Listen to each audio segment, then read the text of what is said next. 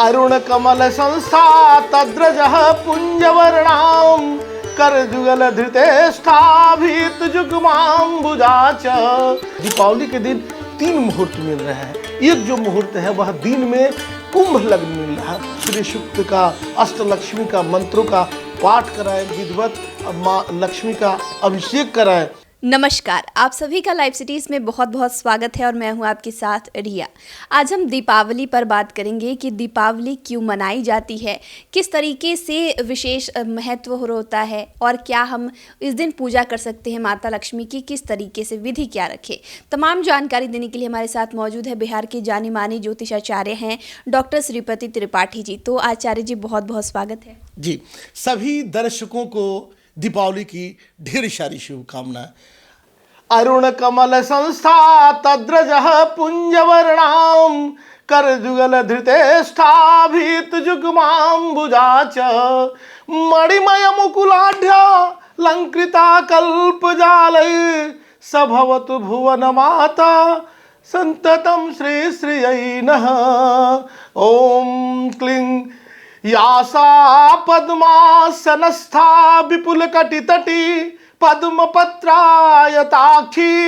गंभीरावर्तनाभि स्तनभरणमिता शुभ्रवस्तोस्तरीया या लक्ष्मी दिव्यरूपैर्मणिगणखचितैः स्नापिता हेमकुम्भैः सा नित्यं पद्महस्ता मम वसतु गृहे सर्वमांगल्ययुक्ता।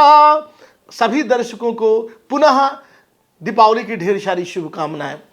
जी, आप सभी को बताते हुए हर्ष हो रहा है और आपको इस चैनल के माध्यम से भी, चूँकि बिहार का जाना माना और नंबर 1 ये चैनल है, आप चूँकि यह जो आपको परोसता है, यह जो आपको उपलब्ध कराता है, यह जो आपको दिखाता है, बिल्कुल सबसे पहले और बेहतर दिखाता है। हम लोग दीपावली की बात कर रहे हैं। दीपावली क्यों मनाई जाती है, आइए इसके बारे में बात करते हैं। हमारे शास्त्रों में ऐसा कई वर्णन मिलता है कि जब समुद्र मंथन हो रहा था तो समुद्र मंथन के समय देवी और दानव दोनों मिलकर समुद्र मंथन कर रहे थे। अपने अपने अनुसार सामग्री जो मिल रही थी वह सब लोग अपना एकत्रित कर रहे थे।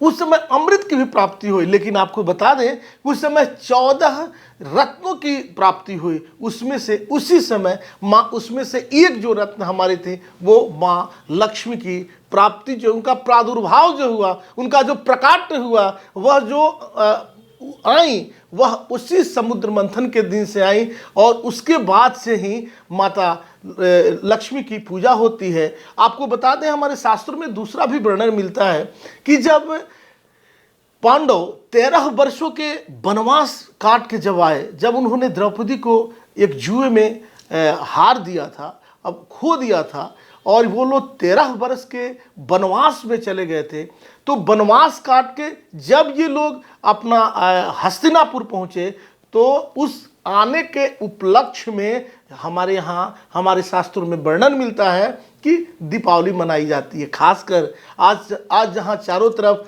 राम मंदिर का धूम है, आपको बता दें भगवान राम जब 14 वर्षों के वनवास काटकर जब अयोध्या आए थे तो इनके आगमन पर सभी जो नगरवासी थे, सभी जो लोग थे, आपको बता दें कि उस समय जो है उनके आने के खुशी में दीपक जलाए थे और दीपक जलाकर इन लोगों ने दीपावली की खुशियां मनाई थी। शास्त्रों में ऐसा कई वर्णन मिलता है कि साथ ही कि नरकासुर नाम का एक राक्षस हुआ करता था और उसने समझिए कि धरती पे सभी को त्राहिमाम मचा दिया था।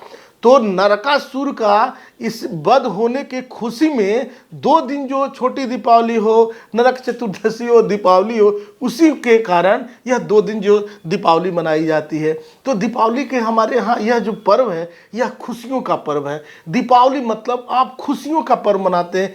दीप की अवली मतलब दीपों का कतार, वह दीपों का कतार जो खुशियों का कतार हो। आप सभी के जीवन में खुशियाँ ही खुशियाँ आए। यह दीपावली आपके लिए चतुर हर एक दृष्टिकोण से आपको लाभप्रद हो, इन्हीं कामनाओं के साथ हम लोग रिया जी से बात करते हैं। आचार्य जी, बहुत सारे लोग जानना चाहते हैं कि दीपावली के दिन जब घर में पूजा की जा रही है माँ लक्ष्मी की, तो किन विशेष बातों का ख्याल रखें, क्या विशेष कर सकते हैं ताकि पूरे साल जो है घर धन से भरा रहे, किसी तरह की कोई दिक्कत ना आए, कोई समस्या ना आए? जी, बहुत सुखद और अच्छा प्रश्न है और इन्फॉर्मेटिव भी है। सबसे पहले समय और मुहूर्त का महत्व है। आपको बता दें कि इस दिन जो है दीपावली के दिन 3 मुहूर्त मिल रहे हैं। एक जो मुहूर्त है वह दिन में कुंभ लग्न मिल रहा है, और कुंभ लग्न की अगर हम लोग बात करें तो वह दिन में 12:45 से प्रारंभ होकर दिन में 2:16 तक रहेगा।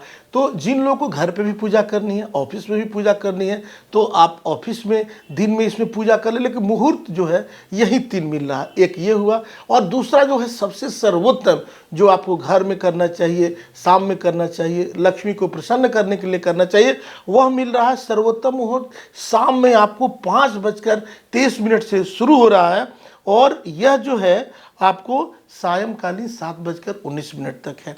यह आपके लिए हर एक घर में इस समय दीपक जलना चाहिए, इसमें माँ की पूजा होनी चाहिए, और उनकी प्रसन्नता के लिए माँ को जो भी पसंद है उनके निमित्त जरूर करना चाहिए। और आपको बता दें कि तीसरा जो मुहूर्त है वह सिंह लग्न होता है। जो बड़ी बड़ी कंपनियां हैं, बड़ी बड़ी फैक्ट्री है, जो सिंह लग्न में करते हैं, जो वर्ष पर्यंत माँ लक्ष्मी जो है सिंह पे सवार होकर आपको धनागम कराएं, उन्नति कराएं, और आपकी चतुर्विध उन्नति हो, इसके लिए आप सिंह लग्न में पूजा करें।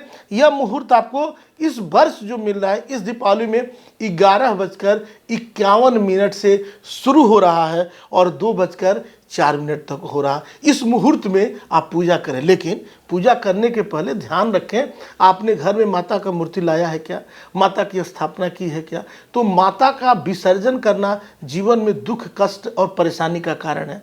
तो देखिए, माँ की सवारी तो उल्लू है, हम सभी जानते हैं, आप सब भी जानते हैं, लेकिन उल्लू पर बैठी हुई जो माता है, माँ लक्ष्मी है, उनका फोटोग्राफ्स, उनका फोटो, उनका कोई मूर्ति घर में नहीं रखना चाहिए। अगर वो मूर्ति रख के आप पूजा करते हैं तो घर में बच्चे जो होंगे मूढ़ होंगे, मूर्ख होंगे, धन तो रहेगा, लेकिन जो विद्वान होना चाहिए और चतुर्विद जिनकी उन्नति होनी चाहिए वैसे बच्चे नहीं होंगे। धन तो रहेगा, लेकिन चारों प्रकार से जो मूर्खता और मूढ़ता देखने को मिलेगी। तो इसी से इस चैनल के माध्यम से बताते हुए आप सभी को खुशी हो रही है कि घर में कमल वासिनी, कमल पे बैठी हुई माता को घर में लाइए और उनको घर में सजाइए और उनकी पूजा कीजिए। तक कमल पे बैठी हुई माँ जो लक्ष्मी है उनकी जो पूजा करता है उनके घर में, और स्त्री सूक्त से उनका संपुटित करके पूजन करता है, उनके घर में चिरकालीन निरंतर जो है वह लक्ष्मी जो है रहती हैं, और निश्चित रूप से धन और धान्य की कोई कमी नहीं रहती है। खासकर लक्ष्मी की बात हो रही है और कुबेर जी की बात ना हो, तो लक्ष्मी जी का तो लाइए ही लाइए, लेकिन कुबेर जी का जरूर लाइए, क्योंकि बिना कुबेर जी के तो, चूँकि ये जो है धन के जो धनाध्यक्ष हैं, धन के जो मालिक हैं वो तो कुबेर जी हैं। तो कुबेर जी की पूजा करने के लिए कुबेर जी की प्रतिमा आप पारद शिवलिंग का कुबेर जी को लाइए, और इनको विसर्जित करने की जरूरत नहीं है। जब अगला वर्ष आए तो आप केवल वस्त्र बदल दीजिए और उनको बिल्कुल से साफ करके रख दीजिए और दैनिक पूजा में शामिल रखिए। तो कुबेर जी की प्रतिमा होनी चाहिए। साथ में आपको बता दें कि विष्णु भगवान की पूजा होनी चाहिए, विष्णु भगवान के बिना प्रतिमा के, और इस दिन लक्ष्मी का केवल जो पूजा करता है तो लक्ष्मी जी रुष्ट हो जाती हैं। तो आज के दिन कुबेर जी की प्रतिमा होनी चाहिए, साथ में विष्णु भगवान की प्रतिमा होनी चाहिए, माँ लक्ष्मी की प्रतिमा होनी चाहिए, और साथ ही आपको बता दें कि गणेश जी की प्रतिमा होनी चाहिए। मतलब धन के मालिक भी आ गए हमारे घर, लक्ष्मीपति भी आ गए, और धन के कारक माँ लक्ष्मी भी आ गई, और शांति के साथ घर में जो लक्ष्मी रहे इसके लिए गणेश जी की पूजा हो गई। तो इनको किसी एक जगह पे आप स्थापित करें और एक पात्र में रखें, और निश्चित रूप से आप इनके आसन देने के लिए कोई पीला आसन दें, क्योंकि सुख समृद्धि का कारक जो है वह जो है पीला रंग ही है। लाल ज़्यादा रंग प्रयोग करने से उस घर में भूत प्रेत, डर, भय का योग ज़्यादा बनता है। इसलिए भगवान विष्णु ने भी जब कलर का जब पसंद किया जा रहा था तो भगवान विष्णु ने भी पीला ही रंग लिया। और ये बात लक्ष्मी की हो रही है तो माता लक्ष्मी को पीला जो है एकदम आसन दीजिए। और विधिवत जो है घर में कनकधारा स्तोत्र, आप श्री सूक्त का, अष्टलक्ष्मी का मंत्रों का पाठ कराएं, विधिवत माँ लक्ष्मी का अभिषेक कराएं, जिसमें आपके पास जो है बिल्कुल शुद्ध जल होना चाहिए, गंगा जल होना चाहिए, गाय का दूध होना चाहिए, गुड़ होना चाहिए। और माँ को जो प्रसाद पसंद है उन्हें निश्चित रूप से उनके अनुसार जो है